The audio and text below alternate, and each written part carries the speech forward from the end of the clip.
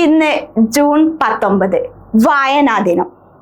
കേരളത്തിൽ ലൈബ്രറി പ്രസ്ഥാനത്തിന്റെ പിതാവായ PN പണിക്കരുടെ സ്മരണയ്ക്കായി നാം ഇന്ന് ജൂൺ 19 വായനാ ദിനമായി ആചരിക്കുന്നു.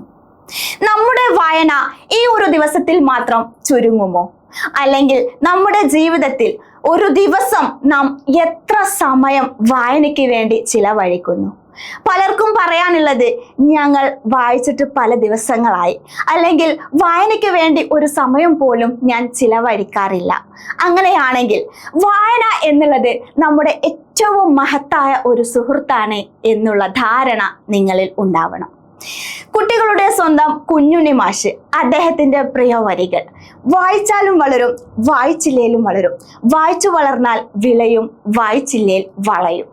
അതെ, വായിച്ചാലും വായിച്ചില്ലേലും എല്ലാം വളരും. പക്ഷേ വായിച്ചു വളർന്നവരിൽ നമുക്കൊരു പ്രത്യേകത തന്നെ കണ്ടെടുക്കാൻ പറ്റും. വായന എന്ന് വെറും അക്ഷരങ്ങൾ മാത്രമല്ല, അത് അറിവിലേക്കുള്ള, അല്ലെങ്കിൽ നമ്മുടെ ചിന്താഗതിയിലേക്കുള്ള ഒരു പ്രകാശമാണ്.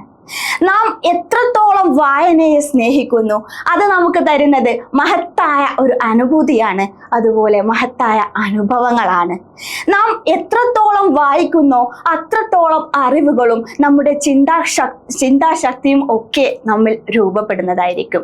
സോ ഇന്ന് മുതൽ തന്നെ ഓരോ ദിവസവും ഇത്ര സമയം ഞാൻ വായനയ്ക്ക് ചിലവഴിക്കും, വായനയ്ക്ക് വേണ്ടി മാത്രം ഞാൻ ഇത്ര സമയം വരെ മാറ്റിവെക്കും എന്നുള്ളത് നിങ്ങൾ ഓരോരുത്തരും മനസ്സിൽ ഇപ്പോൾ തന്നെ പ്രതിജ്ഞ എടുക്കുക.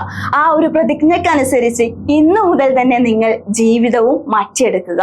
കാരണം വായന എന്നത് നമ്മുടെ ജീവിതത്തിൽ ഒരുപാട് മാറ്റങ്ങൾ സൃഷ്ടിക്കാൻ പറ്റുന്ന ഒന്നാണ്.